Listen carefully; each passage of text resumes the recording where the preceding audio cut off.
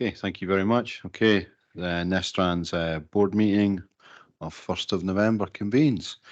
So, first of all, do we have any declarations of interest or transparency statements? If they are, could you please indicate by putting your hand up and I will bring you in. Councillor Yeo, please. Thanks, Chair. It's my usual, it's assorted points throughout the agenda, which are too many to mention. I am a member of Cycling UK, which lobbies on behalf of cyclists, and in the interests of equity, I'm also a member of the AA, which lobbies on behalf of drivers. Having considered the objective test, I don't believe it's necessary to withdraw, so transparency statement. Okay, thank you. I see no more hands, so we will move on to item 1.2, which is the minute of the previous meeting. Are there any comments or amendments anybody's picked up again? If you've anything, please raise your hand. If not, I will move that the minutes are agreed. Agreed. Okay, thank you. Okay. Item 1.3, it's the dates of the future meetings. I'm going to ask Mark to actually go through this item, please. Thank you, Chair. The board has before it a report providing proposed meeting dates for 2024. I've also liaised with my counterpart in the Shire in terms of the council's diaries. Members have the opportunity, obviously, to substitute if there's any clashes, however, or hopefully there'll be no need to do so. Recommendations are to consider the proposed dates, and if agreed, I'll issue the diary appointments thereafter. Councillor Radley. I've not got any issues with the dates. I was wondering whether we could consider going into committee room 2 instead of the council chamber, but that might not be possible. I just thought I'd throw it out there. Yeah, we did actually consider that with Rab, but I was a number before I could book those dates. There was a number of the rooms were booked for other meetings, and we did, rather than go between this one for one meeting and then over to committee room 2, we just decided it's best just to stay where we are. Thank you, that's helpful. Councillor Yeo. Wishing to get into Aberdeen City Council housekeeping matters, are those other meetings involving councillors? And if not, we could just bounce folk out. I believe there was 1 or 2 that had councillors in.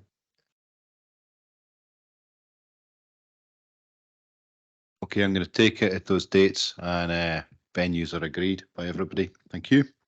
So item 2, before I actually introduce item 2, I'm going to say a slight change to your published agenda. I'm going to move what is item 5.1, which is a comprehensive travel survey by Kelly. I'm going to take that as item 2.2 immediately following the presentation we've got here. Okay, so with that, I'll come back and I'll say that our item 2.1 is our presentation from ACOM, comprehensive travel study. We have, I believe, Neil Rogers online and Richie Fraser presenting. If I could ask Mr. Fraser to present, please, etc. Is he online as well? Okay, sorry. The presentation be online, Richie's in case there's any questions. Okay. So if I can ask the presentation to start then. Yeah, thank you very much.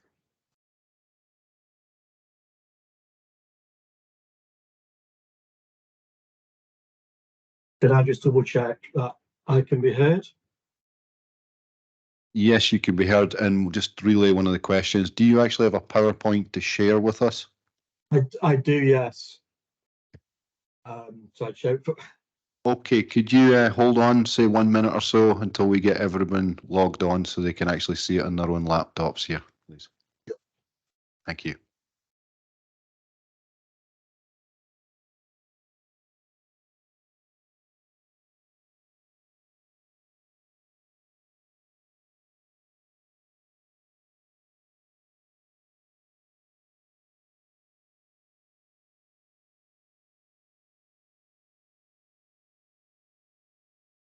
Okay, that's everybody logged on. They can see it. Could you please proceed? Thank you very much, and so thank you, Chair, and thank you for inviting me to present this today. So to introduce myself, I am Neil Rogers. I work for a company called ACOM, and I work in the so-called social market research UK and Ireland team.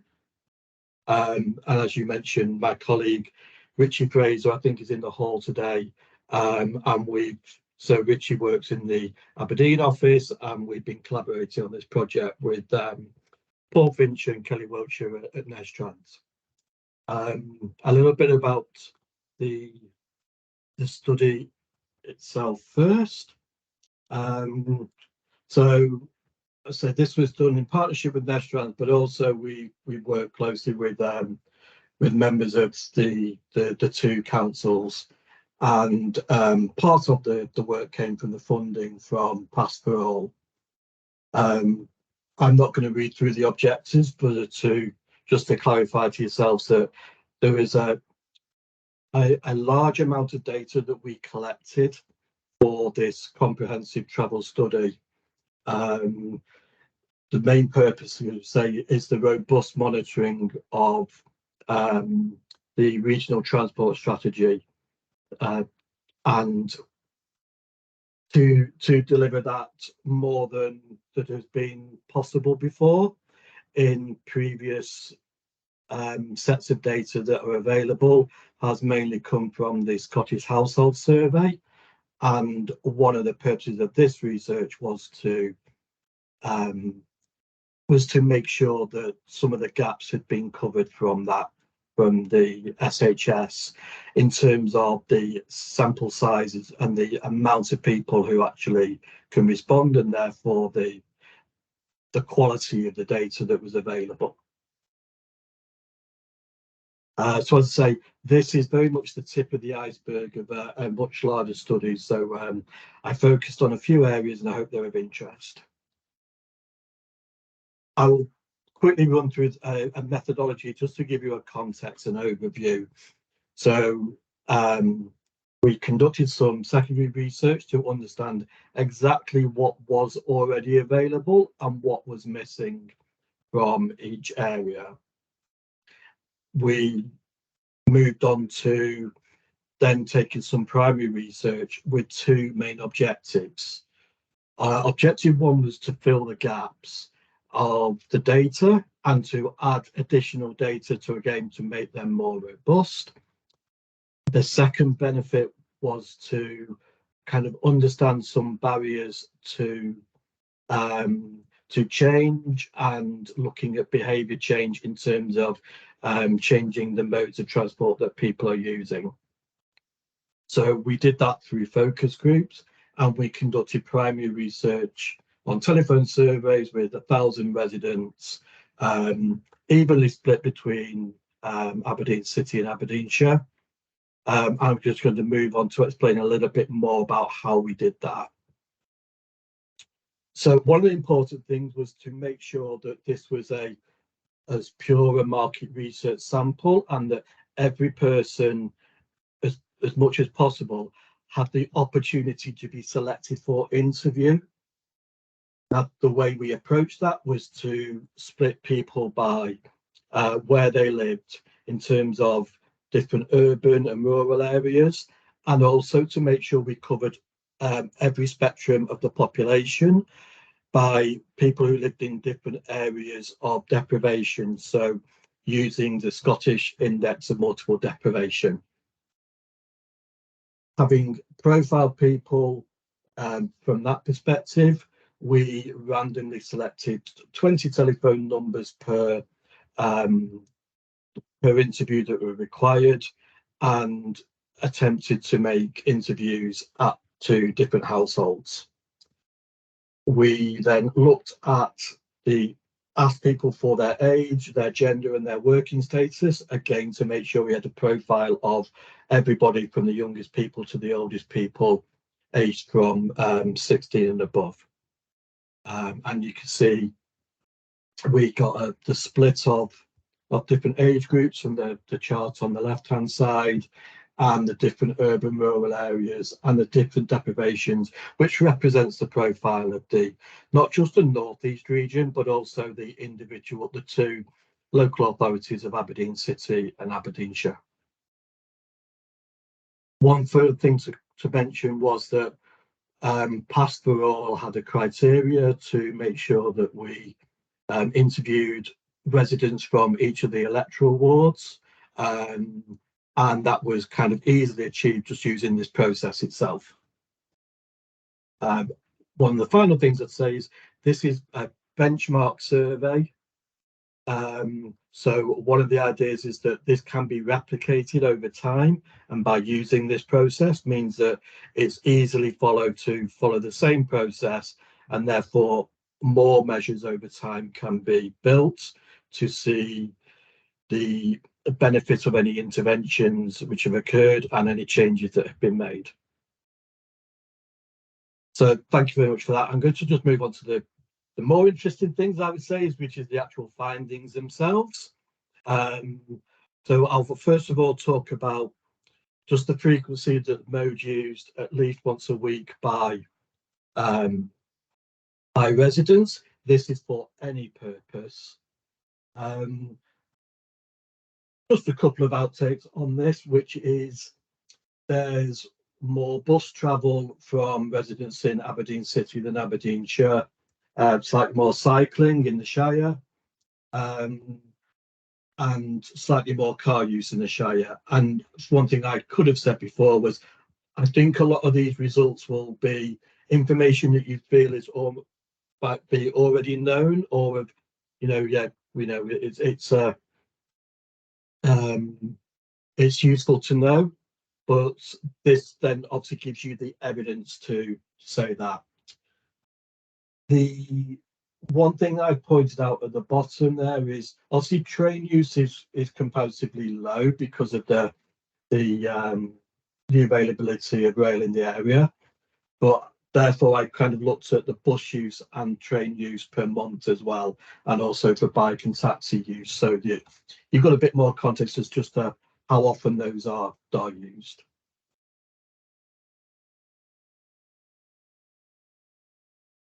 I'd like to move on to residents who work, in particular, just to give you again a flavour of what of the type of findings. And I felt one of the interesting findings would be around the work from home, and again looking at more residents of Aberdeenshire work from home compared to those at Aberdeen City. So 44% in Aberdeenshire compared to 34% in the city. But you get roughly about 1 in 3 people who work from home at least once a week. The bottom half of that slide does show, however, that the majority of people do at least go out to travel to work at least once a week. Almost 9 in 10 people who work are not always working from home. And in fact, 6 out of 10 people, or 58%, travel to work at least 5 days a week. And a quarter of them work from home at least once a week. And then one of the interesting things we found was everybody thinks that there's a 2 or 3 day hybrid situation. So we looked at that. So people working at home for 2 days and working away from home for 3 days, or vice versa. And it turned out that about 12% of all those people who work follow that pattern. But of those who work from home, it's almost half of those use that pattern of 2 to 3 days. So again, felt something of interest. And possibly not a surprise that the main mode that people use when they travel to work is car. 8 out of 10 for all of those who work for the North East region, or 78%. And again, more people, 85%, travel by car in the Shire to work, as opposed to about 69% for Aberdeen City. And looking further down the chart, you can see Aberdeen City, 11% use bus and 17% walk. So there's kind of more opportunities for people to travel to work by modes other than car in the city. What I would say is that although the main mode is car by a lot of people, there are still 20 or 18% who also walk as part of their journey, whether that's to bus stops, whether that's parking their car and then walking the rest of the way to work, or for the rest, there is quite a lot of walking that does occur as a second mode. And one of the things we found interesting was I mentioned the hybrid working, the 2 to 3 days per week. And one of the feedbacks we had from focus groups was around the parking costs and for those who have to pay to park at work. And we asked them about, well, if you're parking 5 days a week and the cost of that, would that offset, the cost of bus travel or another type of transport? And the feedback we had was, well, if I'm only going to work 2 days a week traveling to work, then I'm comfortable with paying for car parking for 2 days. So again, using a simple maths of £10 per day parking, they're more than comfortable to pay £20 a week to park. Whereas when they were working 5 days a week, that's a bit more of a challenge finding £50 a week to park. I do acknowledge that a lot of offices, particularly in the city, offer free parking or office parking as part of their package or as part of their working arrangements.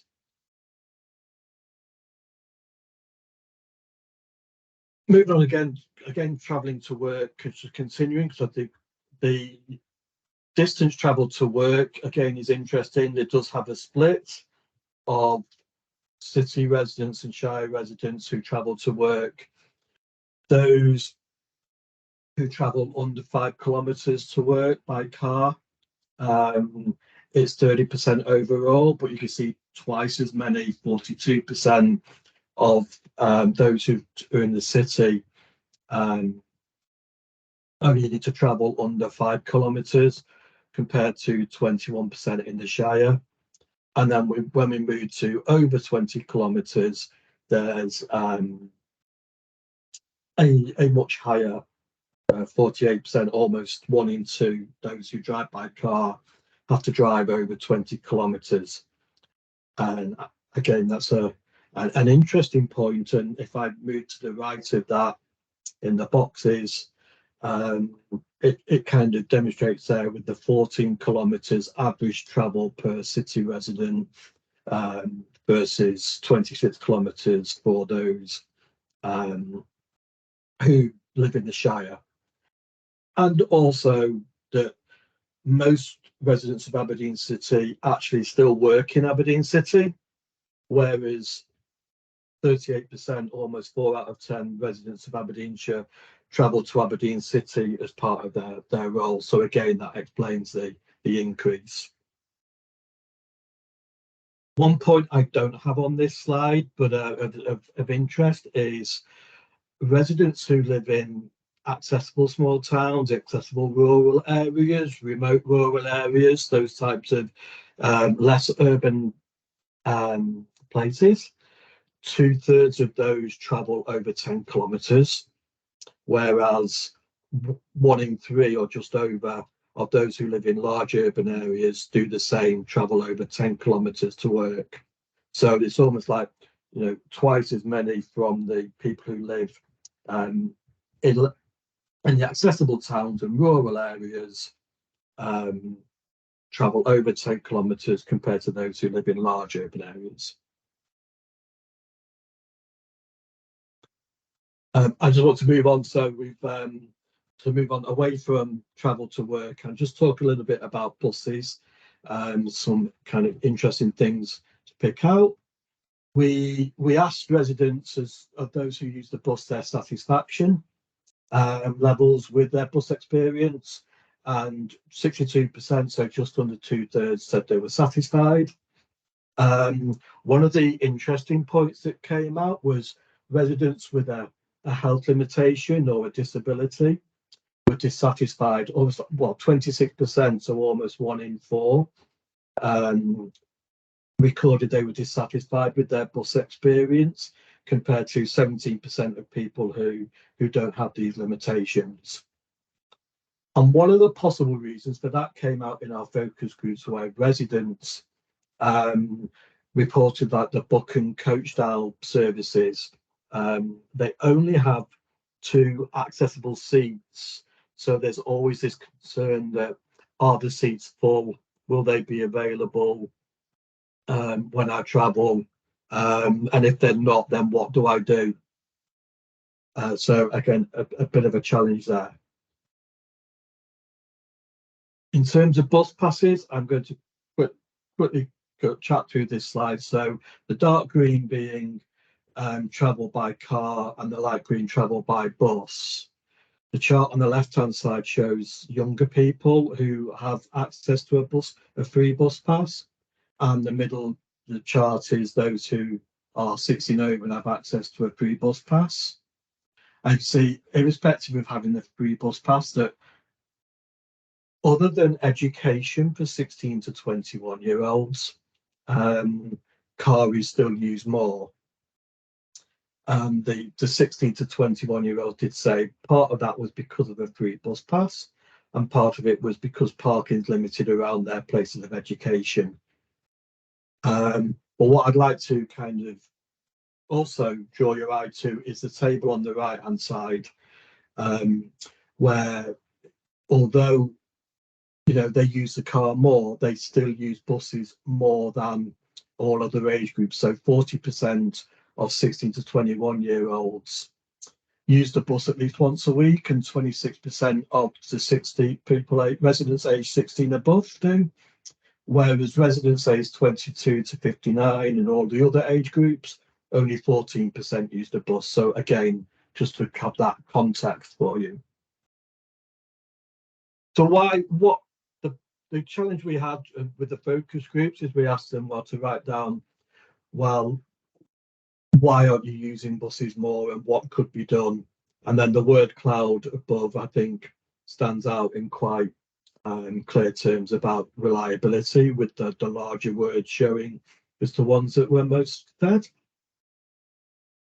And the 2 areas of interest that came out and I want to share with you was feedback about this reliability and the concern, well, when I've got an appointment time. So the quote is in green, is from a focus group respondent, as in fact both of them are, saying, I can't be late for an appointment and I can't risk taking the bus, is effectively what they were saying. If a bus doesn't turn up and I can't trust the bus to turn up, I would much rather take a taxi if I have no other alternative.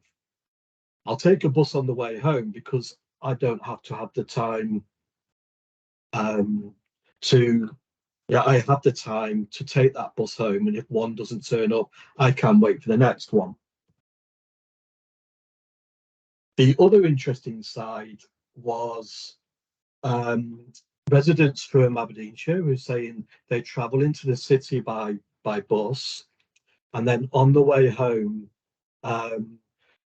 city residents and shire residents both get the same bus, and therefore there's a lot of crowding, and if possible it might be that they can't actually get onto that bus, whereas city residents, they feel, could get different buses or maybe able to wait, and they were asking about the opportunity for direct buses or more express buses into the area.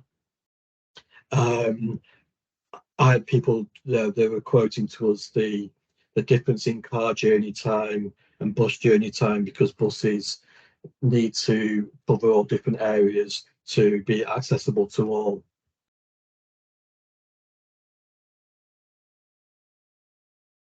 One area of interest and gaps we were looking to fill again was residents with specific protected characteristics. And again, just to quickly share with you, those who lived in the more deprived areas, so the Scottish Index of Multiple Deprivation in the lowest 20%, Only 7 out of 10 have access to a car, and I say only because it compares to 9 out of 10 people in the top 60% of people who live in the less deprived areas. And as a result, the table below shows, there's more bus use, there's more taxi use. It's potential that some of these residents are use nighttime economy and therefore bus use taxi. It might be about the appointments that I mentioned earlier as to why they're using taxis. Similarly, with residents with long-term health, we spoke about the issues before with bus satisfaction, but they still use buses more than those without health limitations from the middle chart. And then equally, another challenge is the bus use in more remote areas, so accessible small towns in rural areas. So where, in rural areas, 10% and 5% of people use a bus each week, comparing that to large urban and other urban areas where 22% do the same. Again, probably as much to do with availability. And then one of the new things that we looked at for asking residents was their potential for switching to car. So this is a really busy chart, tables. So the table on the left, we asked car drivers, could they switch to public transport for work? Of which 78% of them used a car, but a lot of them, half of those said, yes, I could switch to work. So it's 28% overall, but 41% from those who live in urban areas, which takes me back to there was a high percentage of residents who travelled under 5 kilometres to work. So there's a potential there with less potential for rail, as you would possibly expect. However, we also asked the same for day trips. And again, nearly 8 out of 10 people, 79%, used a car for day trips, or weekend breaks was how we termed it as well. However, again, 30% overall of the total said they could switch to bus, and 36% they could switch from car to rail. Not saying that they would, but they could, and it was a possibility for them. Out of that, and again, that didn't tend to differ between the areas that people lived, with the exception of those who live in the remote rural areas. A final slide for me then was we also asked those who travel to work, whether they felt they could walk or cycle to work and whether that was possible. And again, 90% of residents said that they who don't currently walk thought it was possible, and quite a high percentage of 15%, I feel is high, don't currently cycle but felt it was possible. And of those, these are people who do walk, and they go out and walk on a regular basis, but they recognise that they could do more. And one of the key things we got from cyclists, we asked hypothetically about interest in bike hire and to focus group residents. And whilst there is always interest in those sorts of things, they kind of always came up with 2 barriers. One was the concern of traffic around them, and felt the need to separate bikes and cars. And that was referenced especially in Aberdeen City itself. But also the individual's confidence to ride a bike was quite of interest. And I just very quickly, just to leave you on a positive note, there was one example, and it is only an example, of one person They had been experiencing large delays in their car travel due to roadworks.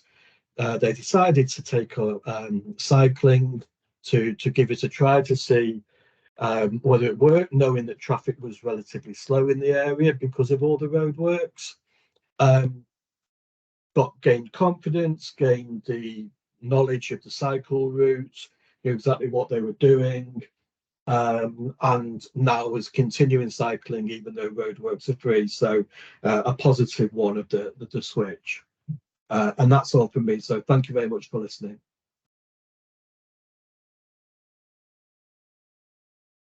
Okay, if we have any questions, please put your hand up and I'll bring you in.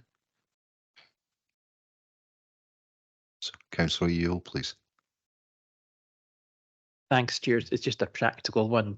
Would it be possible for the presentation to be shared? I see Mr. Dixon nodding. Yeah, because that's fine. If Rob says yes, I say yes. I know that there's Kelly has already put some notes available already. Councillor Cox, please, John. Yeah, thanks. Thanks, Chair. The reliability of the buses, Chair, I just wonder if follow-up report can come back and any actions we can do. And I'm not being critical because we understand some of the issues that are having, but we do need to address it because we are trying to encourage people to use public transport. What, if anything, we can do collectively to support the bus companies as well as addressing the issues. So happy for that to be taken off table just now and maybe a further note or report come forward. Thank you. Bring Rob in, just briefly. Thanks, Councillor Cox. Thanks, Chair. I've been listening to these results and actually thinking that there are elements that I think we could bring out and actually put before the Bus Alliance Executive and Board. So what I maybe do is look at whether we can work with ACOM and pull out specific results relating to bus, because I think there's some really positive ones there about the number of people who are using bus, 24% in the city, 18% across the region using bus every week, I guess, which is more than I think we might have anticipated. Good results in terms of bus satisfaction at over 2/3, but I think there's also some lessons, and it strikes me that there's an opportunity for us to share these results with our bus operator partners, and that would then lead us into thinking about what can we do to address some of the issues. So quite happy to do that, Councillor Cox.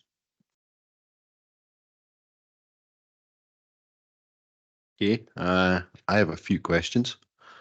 So in the first part, you talked on travel to work and work from home, and showed some quite interesting data.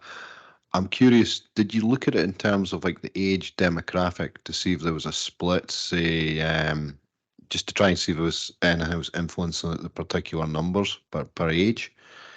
And then on this later on in the presentation, obviously it's travel to the city. I'm wondering if you actually looked at if it was travel into the city centre, how that compared if it's, for vehicles to public transport versus, say, the suburbs, if someone is working, say, in an industrial estate. I'm just wondering if you looked at that. So the first question about age is the answer is yes. That was looked at. I believe it's in the report. It's a long report. I could certainly have an addendum if not. I don't think there was any specific findings from memory as to any differences by age. But it is something that we looked at by age, by gender, by where people lived. We looked at all those different areas. I'd say I don't think statistically, at least, there was any difference between people. And then, sorry, your second question again was. My second question was in relation to like just the destinations people were actually going to. That's right. So it's in relation to travel to the city centre, Yeah. Versus say travel to perhaps one of the industrial estates, etc. I'm just curious how that compared. Yeah, we did ask everybody exactly where they did travel to. I don't think that the data wasn't kind of like robust enough to say, you know, are they working in different areas, and to make those different comparisons because of people working all over the place. So I think we kind of looked at it more at the city level and the shire level.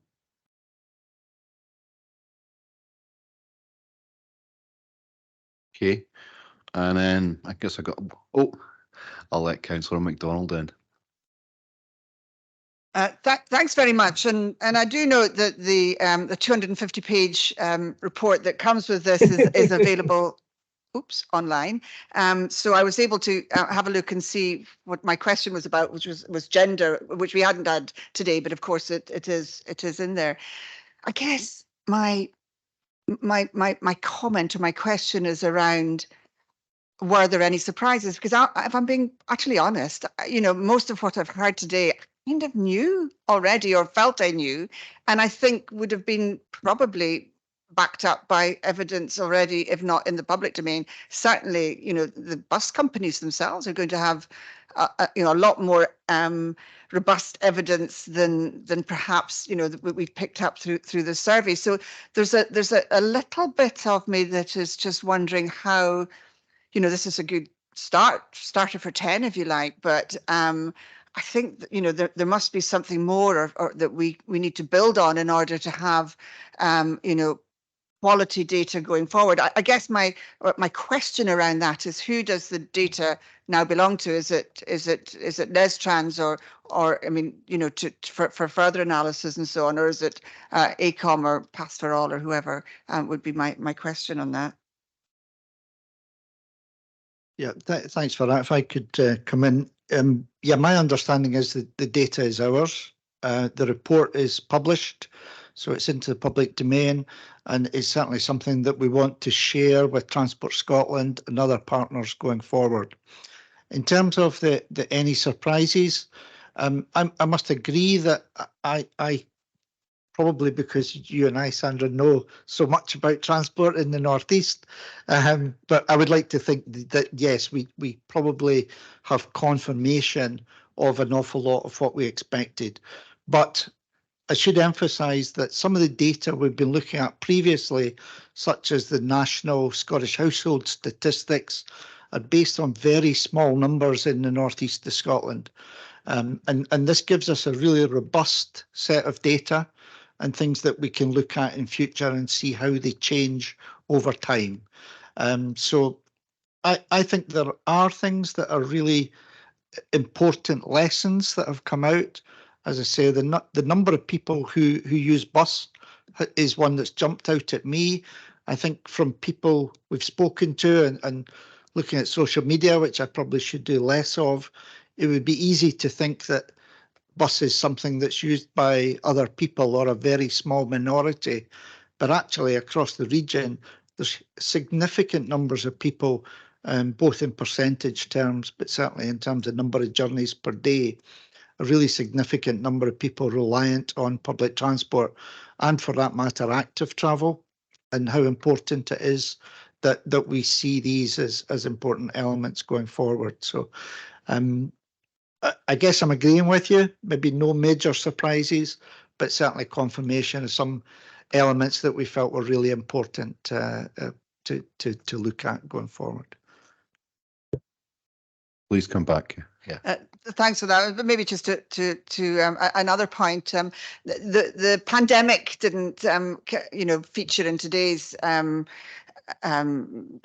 presentation, and it perhaps does in the report. But the other one that you know, I don't think we perhaps know enough about is car sharing and how that works. And taking on board your point, Chair, about you know, it's not all coming from one, you know, into the one point into the city centre. And I'm old enough to remember the travel survey that was done, I think probably at the beginning of this century, which, you know, involved stopping cars as they came into the city. It was a huge exercise that was done. I don't think we probably couldn't do that on the scale that that was done. That was a really robust, you know, strong survey. This is good data. I'm not having a go at that, but I think it is just one bit of a bigger picture. I think that's just my view. I don't know if that's fair or not.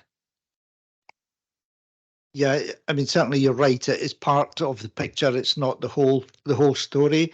One, for example, we started this week a bus passenger satisfaction survey, which would be a much more in-depth discussion with bus passengers and what they've found acceptable or could be improved in their bus journeys. So that's something we'll be bringing back to the board, but that's another part of the overall picture. As you say, information around why people are making movements. It's probably not something we would push for. Another major survey stopping cars and interviewing drivers. That was done, I think, to build the model, which then became part of the case for Western Peripheral Route and the modern transport strategy that we're currently working on. We have updated that model, but not with such a detailed analysis of travel movements as was done, as you say, around about the turn of the century. But absolutely, yeah, it's one part of the overall picture. There's also census information is always important. We haven't yet got the results of the 2022 census, I think it now was. But again, when that comes through, it'll inform the overall picture and something that we will work on going forward. Councillor Davidson, Isabel, please. Yeah, thanks very much. I think this is really interesting. I came by bus today, so and it was very straightforward, and it probably took about the same amount of time as taking the car would, and there's not any hassle from parking and things, so it is quite useful at its time. I'm not sure what time I go home, and I know as well that if I go from Old Meldrum to Inverurie for my tea, I can't get home again. So you know, you need to make sure that there's journeys going in both directions. But as a local councillor, one of the things that I've found, certainly more so in recent years, is that when bus times change, people have to change what they do as well. For some folk can't get to work on time and they have to give up their jobs because they can't, you know, they have to change their jobs because the bus just doesn't get them there anymore. So folk that are really reliant on buses need reliable buses that don't change every twice a year, you know, because that's what their job is dependent on in some cases. So I think, you know, there are all sorts of obstacles that we don't see very clearly from doing a survey, because there's all these people that aren't using the bus or don't drive, and it's quite hard to capture just the whole, you know, lot of different things that are going on that influences people.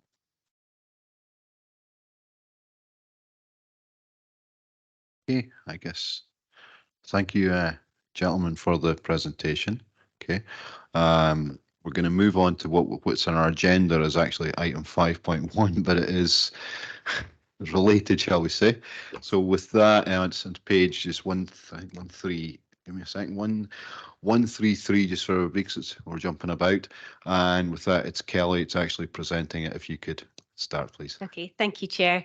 And thank you to Neil and Richie for that presentation. So this report is just updating the board on the comprehensive travel study. As part of the development of the regional transport strategy, you'll be aware a number of impact assessments were carried out, such as the strategic environmental assessment, health inequalities impact assessment, and the qualities impact assessment. And as a result of all these assessments, it became clear that there was a gap in our data, particularly around protected characteristics under the Equalities Act. and that we really needed a proper understanding of how people in Aberdeen and Aberdeenshire travelled, and that the data that was available was either very limited or had a small sample size. So in 2020, post pre-pandemic, we were successful in being awarded funding for Pass for All to carry out this comprehensive travel study. But as board members will be aware, due to the pandemic, we were allowed to change that funding to fund a series of behaviour and attitude surveys throughout the pandemic, which we did, and these are all available on our website. So last year in 2022, we reapplied to Pass for All, Smarter Choices, Smarter Places Open Fund, for some match funding to finally carry out the comprehensive travel study, which would help us to understand travel patterns and attitudes in the North East post-pandemic, which we haven't had data for, and would also be able to use to support monitoring for the regional transport strategy. As Neil touched upon in his presentation, as part of the application and grant agreement from Pass for All, we agreed that the study would include a large sample size of at least 1,000 people and would be representative of the communities across Aberdeenshire and Aberdeen in terms of geography, protected characteristics, and would very much focus on people who live in areas of the lowest 20% of the Scottish index of multiple deprivation. So we did a competitive tendering process, of which ACOM were successful, and they undertook a series of telephone surveys and focus groups. Now, the focus groups were carried out both online and in person. The in-person ones were in Fraserburgh, Peterhead and Aberdeen City, because they're the areas of SIMD. And we plan to use this study and the data gathered as a baseline for our current and future projects, but also for our partners, as has been mentioned, the bus operators, the rail operators, both local authorities and anybody else that might actually find this data interesting. I've just put down a few of the key highlights, but as Councillor MacDonald's mentioned, the full report is available on our website and is well over 200 pages long, goes into detail on each of the modes, and then has a breakdown of information per mode, as well as what the focus groups were saying around that as well. So there's a huge amount of information, and this is just a tiny snapshot of it. But as you can see there, 91% of people surveyed walked at least weekly, 90% of people surveyed used a car, van or motorbike at least weekly, 62% of bus users were either satisfied or very satisfied with their journey experience, but also 12% of people surveyed had no access to a car. And I think that's something we need to really consider, that, you know, some people are completely reliant on active or public transport or other people giving them lifts. In terms of the Scottish Index of Multiple Deprivation, 5% of the North East residents live in these most deprived areas. These residents are less likely to have access to a car, less likely to hold a full driver's licence, more likely to use a bus, and more likely to use a taxi. In terms of travel to work, the main mode of travel is car, but it varies between the city and the Shire, and more people travel by car in Aberdeenshire than in the city. Again, as Neil mentioned, more people in Aberdeenshire travel over 20 kilometres to work compared to under 20% in the city, and more people work from home in Aberdeenshire more often than in the city as well. Again, the key points I took out of the focus groups was similar to what Neil had mentioned, that people are anxious about using public transport for important appointments like hospital appointments, and are more likely to get a lift or use a taxi to get there, but are happier to use public transport on their way home when time's less of an issue. So overall, there's a huge amount of information available. We have managed to get not only just the technical details and information, but there is some infographics available as well on our website, which might be able more sort of easier to digest and easier for us to circulate. So the recommendations to the board is that they note the results of the comprehensive travel study, agree that these results should be circulated and published widely so that they can be used as data for a variety of projects across the North East, and instruct officers to use the study for monitoring of the regional transport strategy and set up a plan for ongoing monitoring and evaluation work. And happy to take any questions.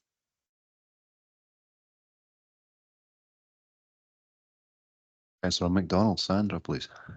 Thank you. It was just on that last point, Kelly, I was just wondering that the plan, is that going to be shared with the board, or will it be something that we'll see, or, you know, if you maybe can share it, but we don't necessarily have to have a report. It'll be coming back, I suspect, in a different format, but just understand a little bit about that. Apologies. I think at the moment we are looking to pull together an ongoing monitoring and evaluation programme. We generally do an annual report for our monitoring, so I suspect that that will come forward with the annual monitoring report. That's absolutely fine. Thanks, Chair.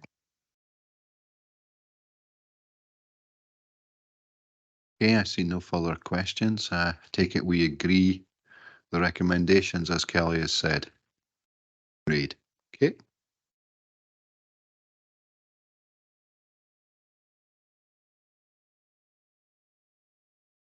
All right, with that, we're going to jump back through the agenda to item 3.1, which is our annual accounts 2022-23 and the report on them from audit by the external auditor, and it is Ella Stott that's going to be presenting this item for us. Ella, please. Thank you, Chair. This report submits 22-23 audited annual accounts to be approved by the board for signature, and for the information of the board, the external auditor's report on the audit. So the annual accounts is from page 17 to 69 of the agenda pack. External auditor's report is on Appendix 2. And draft management response to the audit action plan is on Appendix 3 on page 109. And there are 4 recommendations. Approve for signature the audited annual accounts for 22-23. Consider the external auditor's report. Approve the management response to the action plan recommendations. And note that the accounts can be accessed and downloaded free of charge from Nestrans website. Thank you, Chair. Thank you. Just check, see if we have any questions. No, I see. Oh, Sandra, is that hand? I was just going to ask, Chair, if we're considering going from 3 to 5 years, or is that not a decision for today? Bring Rab in and that. We have actually had a chat on that. Okay, Rab, please. Thanks, Chair. Yeah, the recommendation of the auditor is that we move to a 5-year forward plan. We did, I suppose, believe that a 3-year plan would be more robust, in that it's difficult to know ahead exactly how budgets are going to be and what the priorities are going to be. But having given it some consideration and chatted it through, I actually think that probably there are benefits in having that medium to longer term plan, that we can then work with the councils and ensure that there are adequate resources for working forward. So I think in hindsight and in reflection, a 5-year plan might be a good thing and something that we would be happy to bring forward to the board probably early in the new year. But we think a 5-year plan is probably worthwhile. And that's reflected in the recommendation response in Appendix 3, that we think we're quite happy to have a good look at that.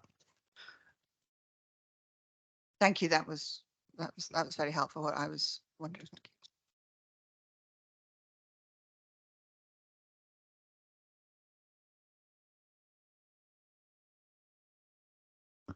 I'm being told Angela's online. She may want to talk about the audit. Please, Angela. Thank you. It's just really just to give a brief overview of our report, if I may. So just to introduce myself, my name is Angela Peary. I'm a director at Grant Thornton, joined online also by Kathy Smith, who's the manager of the audit. Apologies, I couldn't be there in person. Other direct commitments meant that I was unable to. As you say, this is our report at Appendix 2, which is our annual report for 22-23. In terms of our responsibilities as auditors, we've got responsibility to give you an opinion on your financial statements and also provide commentary on your wider scope. Just intend really to focus on some of the executive summary, which is on pages 73 and 74 of your pack. Appreciating that we drew this report up at the 20th of October, page 77 of your pack highlighted some outstanding areas. So it's just to note that they are complete, obviously subject to final day sign-offs from yourselves after this meeting. I intend to issue an unmodified opinion, which is a standard opinion, which means I do not have anything to note to you. In terms of the financial statements, they were prepared on time and they were good quality, and there was minor changes, and they were all to disclosure notes only. And Appendix 1 sets out the disclosure amendments, and all have been agreed and amended in the final set of accounts. We were supported with good working papers, and our queries and responses were answered in a timely and comprehensive manner. In terms of the wider scope, due to the size of the body that you are, we just are required to do limited procedures, which is relating to financial sustainability and also the review of the annual governance statement. As already noted from Ella, there are 2 recommendations in our report, and you have provided your management response in your Appendix 3 of this report. It's also worth noting that we followed up your previous auditor's recommendations, and these are Appendix 3 of our report, and they're all cleared. So the last thing I would just like to do is just really to thank officers for their assistance during the audit. And just to note, in terms of this report, our annual audit report, what I'll do is I'll update it to the day of sign-off so that I'm able to remove the references to items being outstanding and also be able to put your management response in. Thank you. Okay, thank you for that. Do we have any other further questions? Not seeing any, so filling out, are we all in agreement to accept the recommendations as shown in page 16 of the paper? Great, thank you. Okay, so our next item is item 3.2, and it is the 23-24 budget update, and again, that's Ella Stott. So Ella, please. Thank you, Chair. This report provides an update on Nestrans budget monitoring for 23-24 and forecast outturn position. Appendix 1 sets out the summary monitoring to September 23, with expenditure to date being 1.353 million. Few year forecasts have been updated to reflect projects that are not progressing. Environments are suggested in Appendix 2. Regarding pensions discretion policy, it is suggested that Nestrans adopt the same discretions as Aberdeenshire Council, effective from 1st November 2023. No changes on Strategic Transport Fund, with the current balance being 496,000. 16 developments are still to be claimed, and no claims made so far in 23-24. So 4 recommendations as well. Note the monitoring position and forecast presented in Appendix 1. Approved environments set out in Appendix 2. Note the update on the pensions discretions policy, and note the Strategic Transport Fund position. Thank you.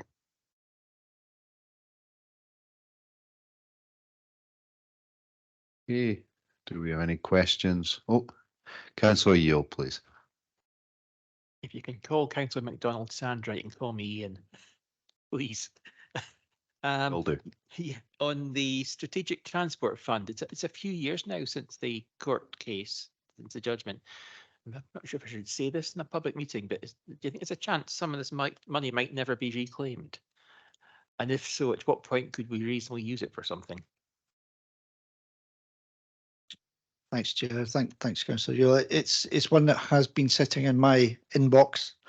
I have had preliminary discussions with legal services, both at City and Aberdeenshire, and with planning. And I think we are now in a situation where, although there are a number of payments which still could be reclaimed, I think I would like to bring back to board a proposal that sought ways of using this funding for the purposes it was originally intended. So I will try and bring a paper back to a future meeting with a little bit of detail on that. The reason that the fund was quashed was around the strategic intention that, for example, a development to the south of Aberdeen could be used to fund a station to the north of Aberdeen. And that was the element that I think failed to meet the tests at the Court of Session. So if we could bring back a proposal that monies were could be used for transport interventions very local to the schemes, I think that would meet with no opposition. If it did, I'm sure there are funds that we could bring forward through the Nestrans budget or local authorities developer obligations. So I would like to conclude this one because, as you say, it has been sitting on the books for a while, awaiting people to come back and claim their the funds that they input. I think the issue has been that a lot of companies that were maybe set up specifically for specific developments are no longer necessarily around. They change and mold. So it isn't as direct as knowing who the money is due to.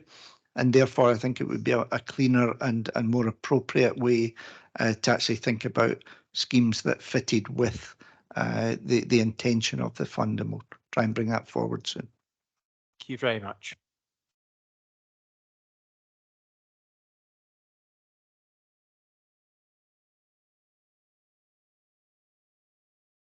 Okay, I see no further hands. Are we happy to accept the recommendations that are set out in the papers? Agreed? Okay, so item 4.1, Director's Report. Rab, please. Thank you, Chair. The Director's Report is on page 119. I've clipped it so I can find it, but if it helps others, page 119. Recent developments are outlined there, series of meetings which have been ongoing, and there are probably a couple that I would like to bring to the board's attention in particular, if I may. The first is the meeting of the Bus Alliance Board. The Bus Alliance met on the 10th of October, and the minute of that meeting is always brought for information as part of the Director's Report. So that's Appendix 1 on page 123. In part of that, there was a discussion about a forthcoming visit by the Minister for Transport, Fiona Hislop, and she came to Aberdeen on the 24th of October to meet with the Bus Alliance, myself, officers from the councils and bus operators. And I think it was a really positive meeting. Councillor Yule and the other co-leader, Councillor Allard, both attended as well.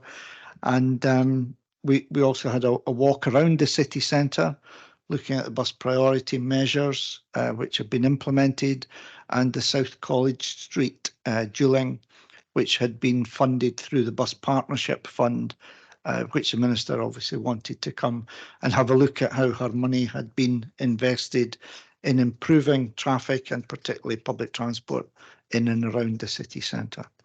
So there are also a number of future meetings coming up, including on the 29th of November, the meeting of the Regional Transport Partnerships. The 7 chairs will meet in Glasgow on the 28th and 29th of November. And I heard today that the Transport Minister is also intending being at that one.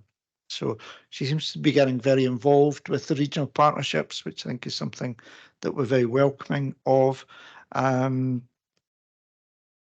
But it's an ongoing piece of work. So happy to take any comments or questions, Chair. Thank you. Councillor MacDonald, Sandra, please. Thank you, Chair. I have two. One on the first one is on the Bus Partnership Fund programme in the first bullet point. I just wondered where it says that you're getting to a point to invite elected members for input into the scheme. I just wondered what the timeline for that is, because we do have busy diaries, so it would, to let us know with plenty of time, Rab, when that might be. Yeah, thanks. I don't have a date at the moment, but certainly we'll try and get that early notice to members before we do that. Thank you.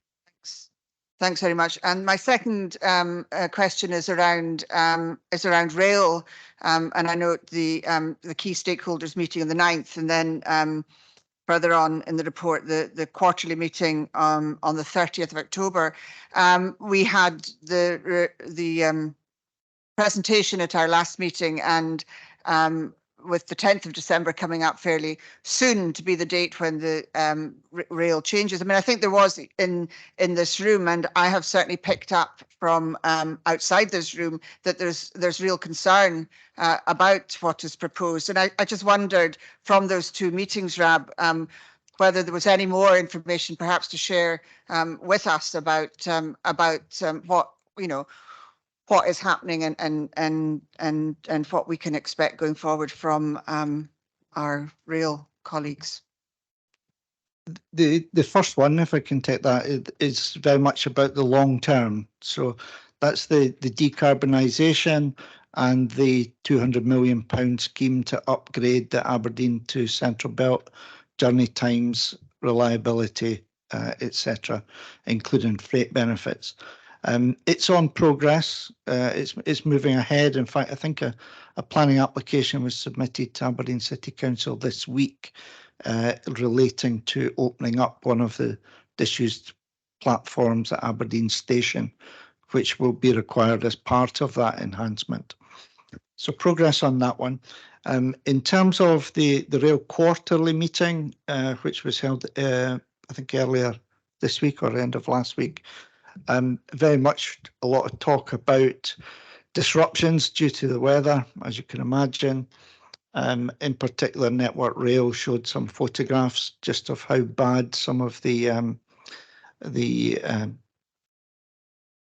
trees down, undermining of railways, landslips, etc. So an understanding really of why there had been a problem with the trains over the last couple of weeks with the inclement weather. In terms of the changes to the timetable, yes, they are going ahead, as you say, 10th of December. A lot of benefits, some disbenefits. On balance, I think that that's what they're going to be able to do for the best. They are very keen, ScotRail are very keen to get a larger number of their high-speed trains into operation. Inevitably, not all are in operation at one time, but they're really keen, and I think they could improve the reliability and the service if they could get a larger number of those into operation. So a lot more seats would be the key element. Journey times are marginally increased, but it's only a couple of minutes.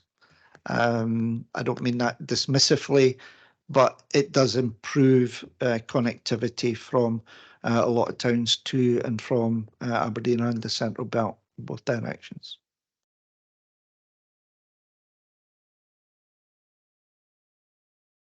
Okay, I see no further questions, etc. So we'll accept the recommendations. It's in the director's report. So moving on, item 4.2 is the climate change reporting, and it's Kelly that will be presenting that, please.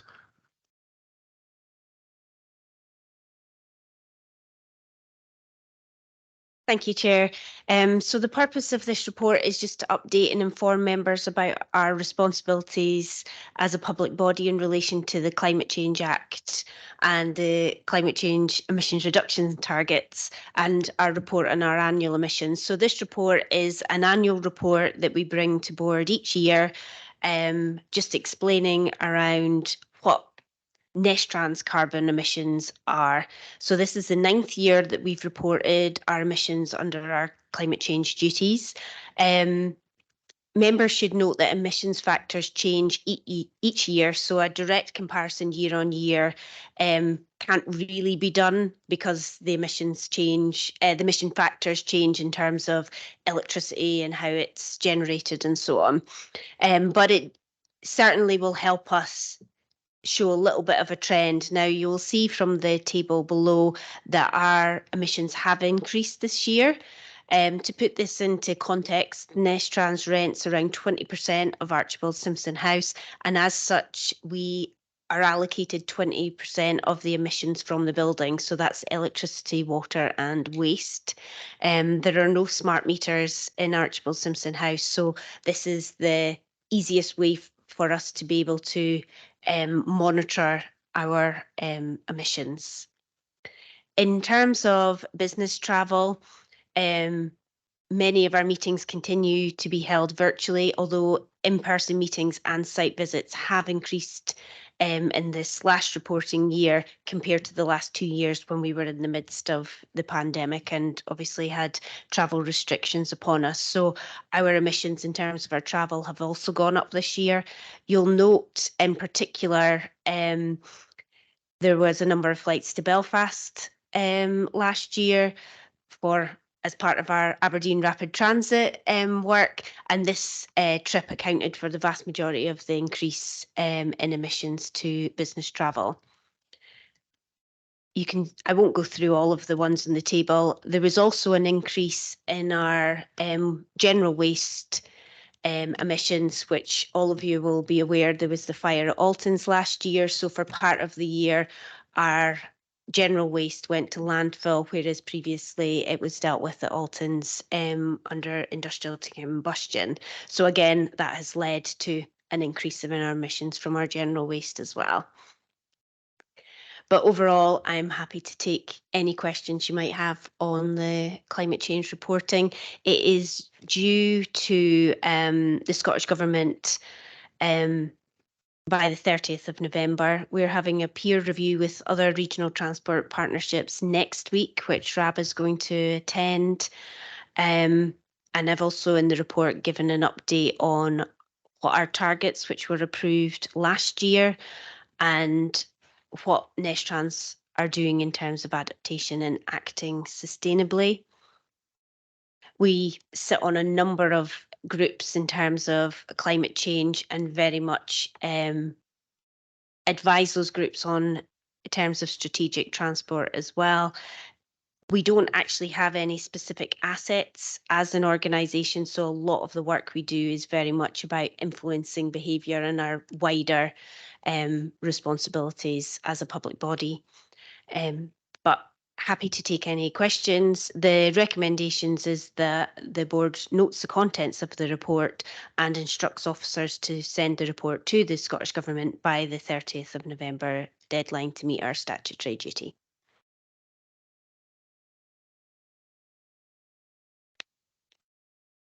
I don't see any questions, so I take it we accept the recommendations. Great. Okay, jumping ahead, item 7 is the progress report. And I'll just go to that myself. So that is on starts on page 147. I guess if we've any questions on that, I guess we can field it. I'll look around the room and online to see if there's any questions at this point. Okay. Nice. Okay, I see none. So what we will do, I guess we will note that and move on to item 8, which is the publications and consultations. And it's Adam Kench. It's presenting. Thank you, Adam, Chair. please. So I'm just going to run through the pros and cons report as normal. This is quite a short report for boards to note today. So first is the Ambassador for Active Travel's final report for 22-23.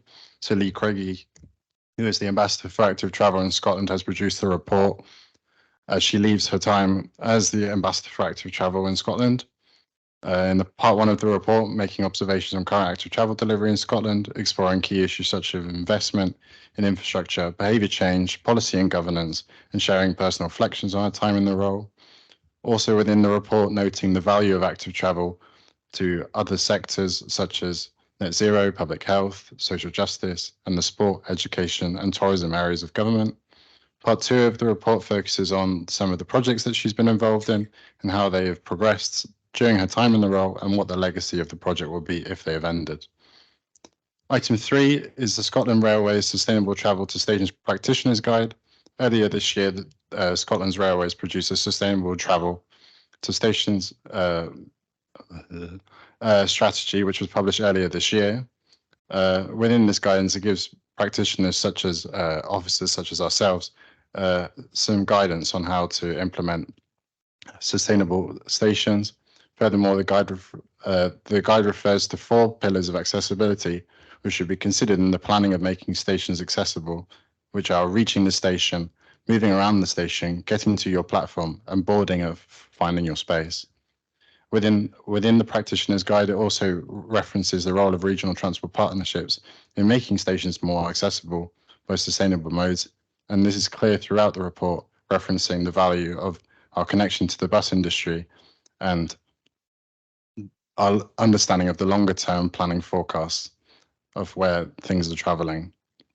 The 4th item is Nestrans have refreshed their regional transport strategy, Nestrans 2035, and the board should welcome this updated RTS that recognises the updated policy context developed in the recent national transport strategy documents, such as NTS2 and STBR2, and Nestrans will continue to work alongside our RTP partners, such as Nestrans, to achieve outcomes across Scotland. The final item 5, is life expectancy in Scotland 2020-2022, and some provisional figures. And in the report produced, it shows that compared to the previous results, national life expectancy has decreased for both males and females. In the North East, this is a bit of a mixed picture, where in Aberdeen, males have seen an increase, whereas females have seen a decrease, whereas conversely, within Aberdeenshire, males have seen a decrease, while females have seen an increase. And it's valuable that the board recognises how transport and health interact, and it's important for us to keep an eye on how life expectancy is getting on. So the recommendations of the report are to note the publication of the documents outlined in the report and to authorise officers to continuing to engage with partner organisations as these policy documents develop. Happy to answer any questions. Thank you.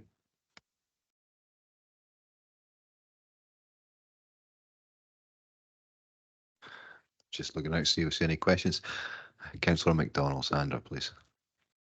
It must have passed me by that Lee Craigie was leaving the post. I wasn't aware of it until I read the report, and it certainly was the twice I met her, once when she came to visit the board, and once when she was doing a paddle down the River Dee, were really uplifting. I found her a really good advocate of active travel, an amazing woman. So my question really is about who's the new active travel commissioner, if there is one, and perhaps just to as a comment rather than a question, reflect on that paragraph 2.2, because I did just wonder if there is a bit of difficulty in the whole active travel arena at the moment, because whilst there is plenty of money, there is not, as we know, the staff capacity sometimes, or the way the funding comes through is very difficult, and I think that's something that just quite frankly has to be addressed going forward. So if there's anything from Lee Craigie's legacy, I think I think that should be taken up and addressed. But perhaps in the wider question, I'd be happy for an answer. Personally, I don't have any specific comments to make on that, but I think especially the report is very strong and it is opinionated, and I think there's a lot we can absorb and take from and see what we can do going forward, well, in the North East and across Scotland. And is there somebody else taking over? Not that I'm aware of. I don't know if anyone, John might. Yeah, no, Lee started as the Active Nation Commissioner when she met us.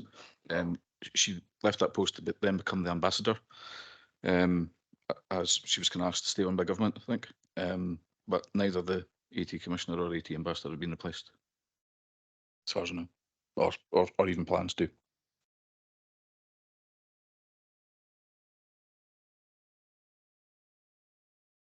Okay, I see no further hands up for questions. I take it we all accept the recommendations, etc. So item 9, information bulletin. Rab, please. Thanks, Chair. A couple of items for members' information and interest, not requiring a decision as such, other than for noting. Get about, we always try and report to every board meeting. We've just started our winter safety campaign. So Be Bright at Night will be running again this year, radio adverts and other promotions. I've also put down some performance indicators, the travel that Nestrans undertakes, both our business travel and our travel to work, which are components of the report you've heard earlier on the carbon emissions. You can see that Nestrans staff travel to work. It does have significant proportions of public transport and active travel, and is over 3/4 work from home in the year that was 22-23. In terms of number of business trips, Kelly mentioned that there were some to Belfast, also significant number of rail journeys. Staff tend to travel by rail wherever they can, and particularly if it's meetings in the Central Belt. So almost half of our miles travelled were by air and a further 38% by rail over the period.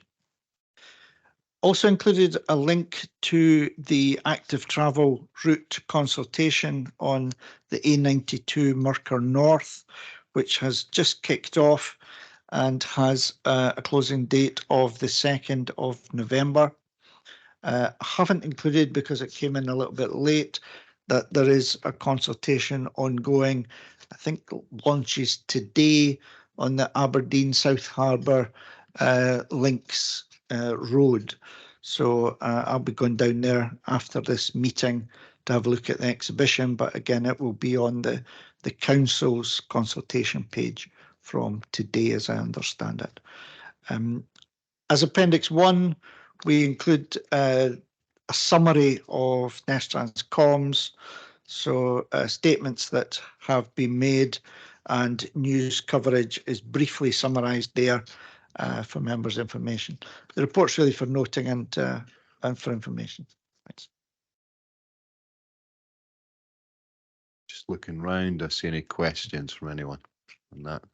No, I see none. So I'll, per page 190, we note the recommendations, etc.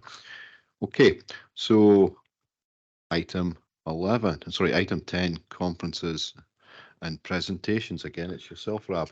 Thanks, Chair. Just for noting, number of recent conferences or forthcoming conferences as well, and a presentation which Paul will be giving a guest lecture at the University of Aberdeen.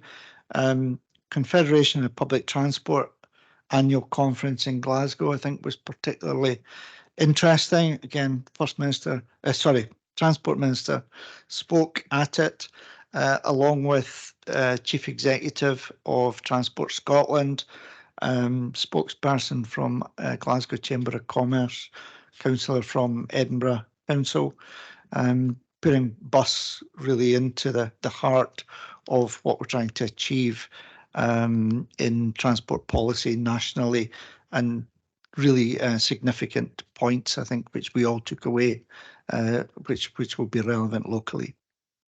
The report's there just for members' information and for noting.